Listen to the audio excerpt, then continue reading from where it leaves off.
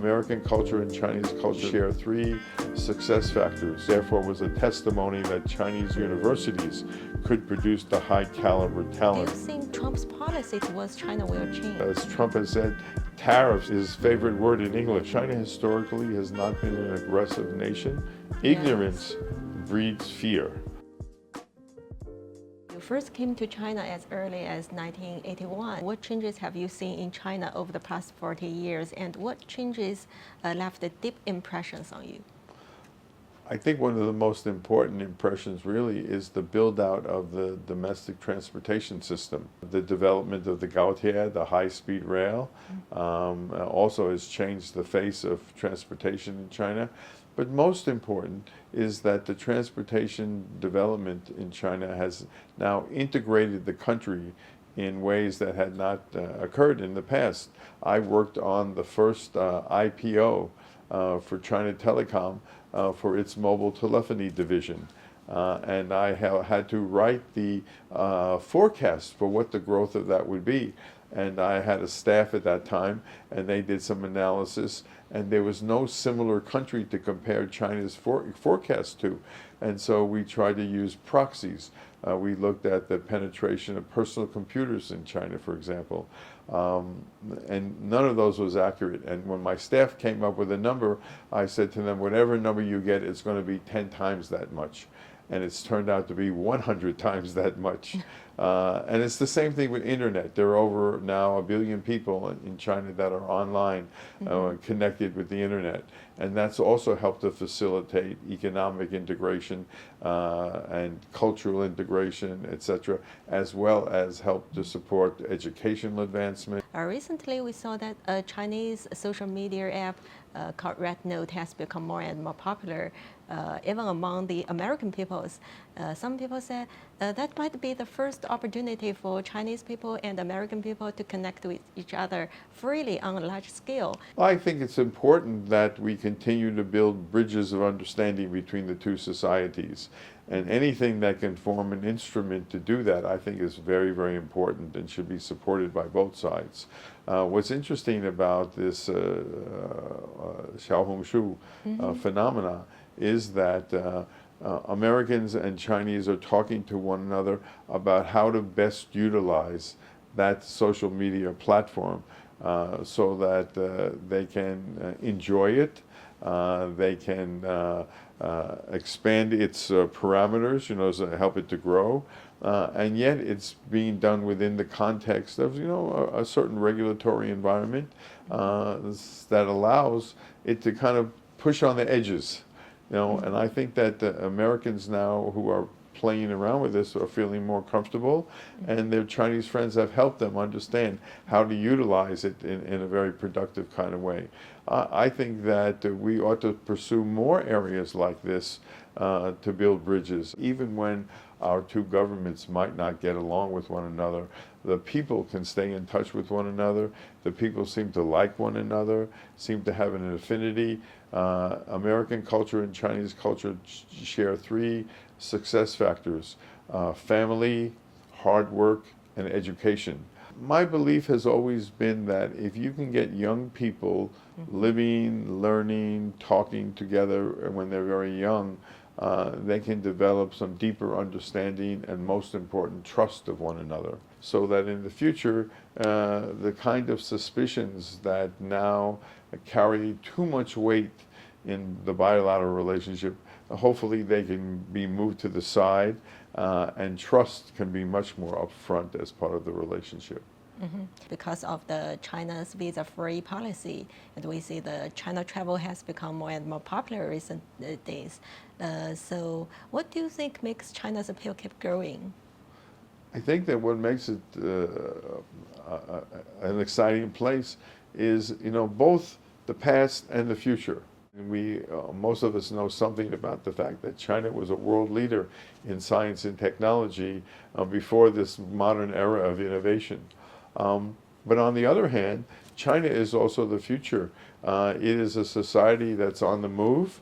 Even in the context of some recent slowdown in the economy, China's high-tech, knowledge-intensive industries have continued to grow at a very, very rapid pace. I think for me, one of the most exciting things is that last 2 or 3 years, I've been at 2 major meetings. Those meetings, they've talked about China now building 3 global talent hubs, one in Beijing, one in Shanghai, and one in Shenzhen. That means that not only is China just generally opening the door to tourists, but China also looks as its innovation future to attracting more talent from all around the world.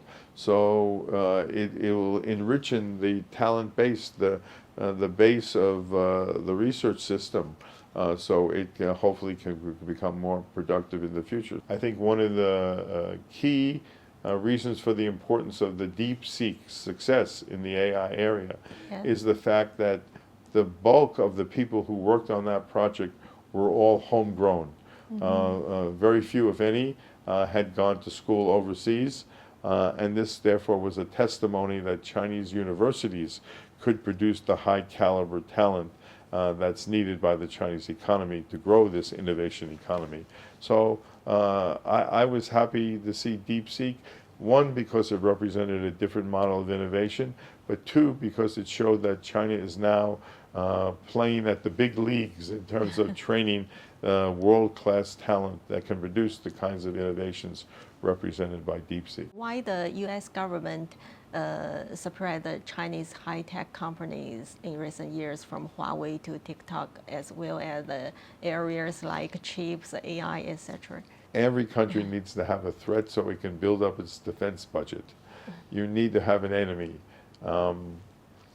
China is a very convenient, country to be perceived as a threat because it's big, it's powerful, its economy is strong, and even with the recent downturn, it's still very, very strong. And so it's easy, particularly because of, I believe a lot of it has to do with lack of understanding of Chinese history, culture, etc. China historically has not been an aggressive nation. It's not been an adventurous nation in terms of reaching out and seizing other properties. Chinese policy, remember, is non-interference in the domestic affairs of other countries. But I don't think many Americans really understand that history and that culture.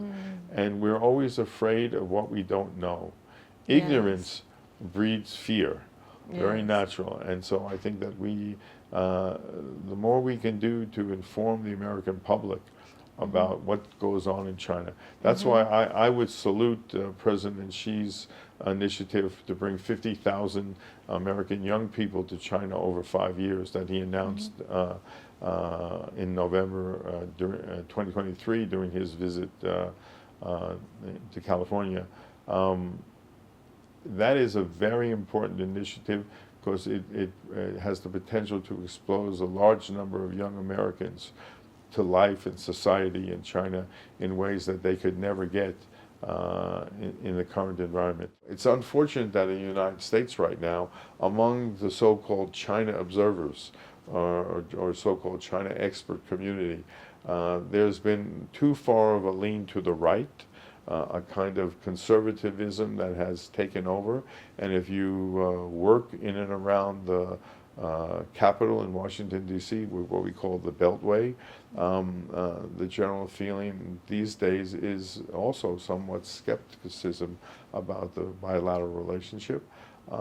I think that we need a much more open debate in the United States, and the voices of those who are, like me, pro-engagement get to be heard more often, because the synergies that can come from the application of Chinese brain power and American brain power to the solution of these problems is sort of like a 1 + 1 = 3 equation. In other words, the total is much greater than the sum of the parts. And I think members of the scientific community in each country recognize this, but our political leaders, they carry with them, unfortunately, these suspicions, and they only get worse over time. U.S. President Trump also announced a 10% tariff on goods imported from China. So what impact will this move have on the trade relations between the two countries? The tariffs are an interesting issue because what China has to see is that even towards Canada and other Yes. countries Yeah, that Europe. traditional U.S. allies, they're also getting hit with these tariffs. So it's not something that particularly aimed only at China. This is, as Trump has said, tariffs is his favorite word in English.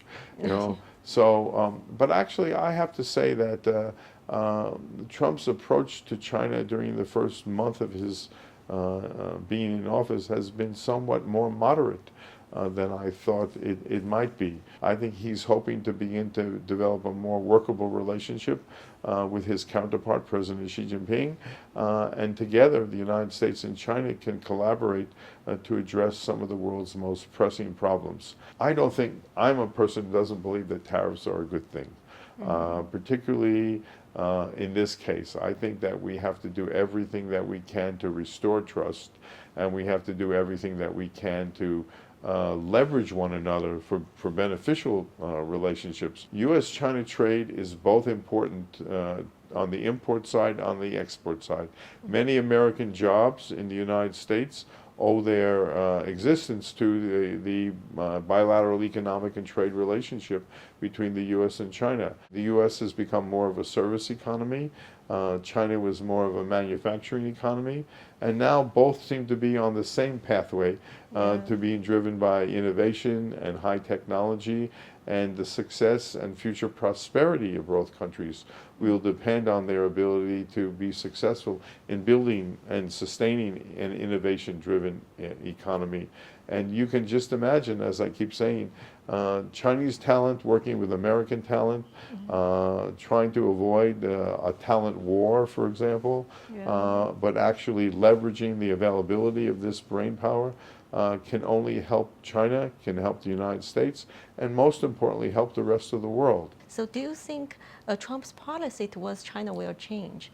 I think that Trump's policy towards China will be a evolving thing. I think in the short term now, he wants to moderate tensions. I'm hoping that both sides can put out some incentives, some indicators that they have some shared priorities, that they have the incentive to work together, and that we can avoid a further deterioration of relations. Most people had said that before China relations U.S.-China relations can become better, it probably will get worse.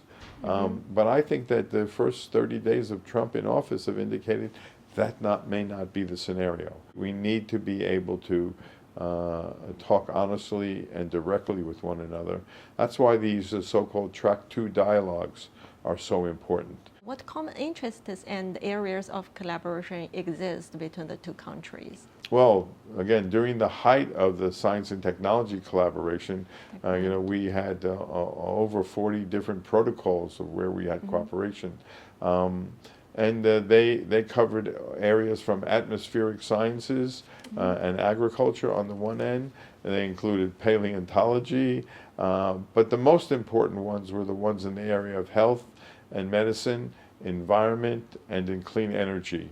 The National Institutes of Health and its counterparts in China work together on a number of major initiatives. They just don't benefit the two countries, they benefit people all around the globe. The last question is about China's economy. What do you think of the prospect of China's economy, and what role can China's economy play in stabilizing and boosting the global economy? So we know that after the global financial crisis of 2008-2009, the Chinese economy was the engine for revitalizing the global economy and helped to make recovery from the financial crisis that much faster all across the globe, including for the United States, but almost every country benefited from China's ability to keep its economy moving along.